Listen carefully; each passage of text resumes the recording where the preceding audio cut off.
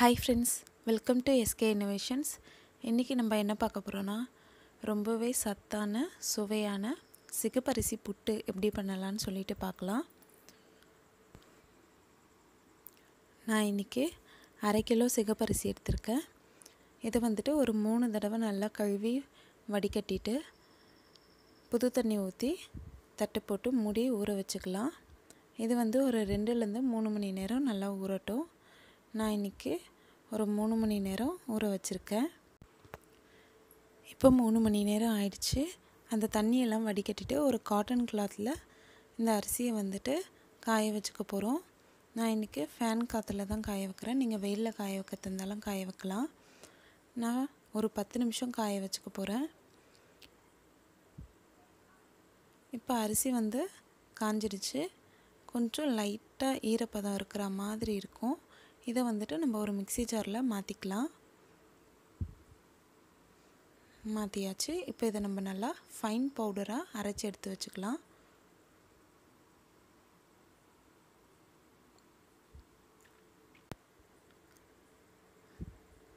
மாவு நல்லா அரைப்பட்டுடுச்சு. இப்போ இந்த அரிசியில் லைட்டாக டஸ்ட் இருக்கும். அதனால் நம்ம இந்த மாவை சலித்து எடுத்துக்கலாம். கொஞ்சம் கொஞ்சமாக கொட்டி இந்த மாதிரி சலித்து எடுத்து வச்சுக்கலாம். இப்போ மாவு ரெடி ஆகிடுச்சு. இந்த மாவை ஒரு இட்லி தட்டு மேலே மெல்லிசான காட்டன் துணி போட்டு அதில் போட்டு வேக வச்சு எடுத்துக்கலாம். நம்ம இந்த மாவை 2 தடவை வேக வச்சு எடுத்துக்க போகிறோம். சாதாரண அரிசி மாவுனா ஒரே ஒரு தடவை வேக வச்சு எடுத்துக்கலாம். இந்த சிகப்பரிசி மாவு அவ்வளோ சீக்கிரம் வேகாது. அதனால் நம்ம 2 தடவையாக வேக வச்சு எடுத்துக்கலாம். இப்போ இது ஒரு 10 நிமிஷம் வேகட்டும். 10 நிமிஷம் ஆயிடுச்சு. இந்த மாவுக்கு நான் இன்றைக்கி 1/2 ஸ்பூன் அளவுக்கு உப்பு 3/4 கிளாஸ் தண்ணியில் மிக்ஸ் பண்ணிக்க போகிறேன். இப்போ இந்த மாவில் கொஞ்சம் கொஞ்சமாக நம்ம தண்ணி விட்டு பிசைஞ்சு எடுத்துக்கலாம்.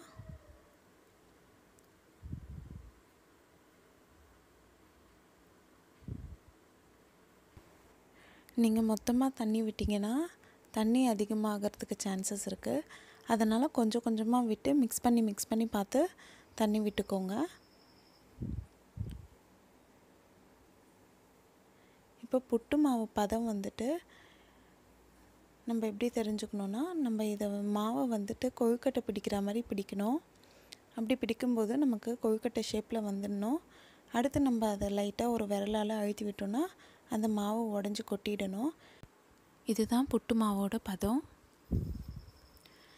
இப்போ இந்த மாவில் கட்டி கட்டியாக இல்லாமல் இருக்கணும் அப்படின்றதுக்காக நான் இதை 1 டைம் மிக்ஸி ஜாரில் போட்டு அரைச்சி எடுத்து வச்சுக்க போகிறேன். இப்போ மிக்ஸி ஜாரில் போட்டாச்சு. கட்டிலாம் எதுவும் இல்லை பாருங்கள். இப்போ இதை நம்ம திரும்பவும் இட்லி தட்டு மேலே காட்டன் துணி போட்டு அதில் இந்த மாவை கொட்டி ஒரு 1/4 மணி நேரத்துக்கு சிம்மில் வச்சு வேக வச்சு எடுத்துக்கலாம். இப்போ 1/4 மணி நேரம் ஆயிடுச்சு. மாவு நல்லா சாஃப்டாக வெந்திருக்கு. இதை நம்ம நல்லா உடைச்சி விடலாம். இந்த புட்டுக்கு நான் 1/2 கப் அளவுக்கு தேங்காய் 2 ஏலக்காய் மிக்சியில் அரைச்சி வச்சுக்கிட்டேன். அதை இந்த மாவோடு சேர்த்துக்க போகிறேன். அடுத்து இந்த புட்டுக்கு தேவையான அளவுக்கு சர்க்கரை போட்டுக்கிறேன். நீங்கள் மாவு சூடாக இருக்கும்போதே சர்க்கரை போட்டிங்கன்னா அந்த சூடுலேயே இந்த சர்க்கரை ஈஸியாக மெல்ட் ஆகி எல்லா இடமும் ஈவனாக இருக்கும். நான் இன்றைக்கி இந்த புட்டுக்கு ஒரு 7 ஸ்பூன் அளவுக்கு சர்க்கரை சேர்த்துருக்கேன். உங்கள் டேஸ்ட்டுக்கு தகுந்த மாதிரி சர்க்கரை போட்டுக்கோங்க.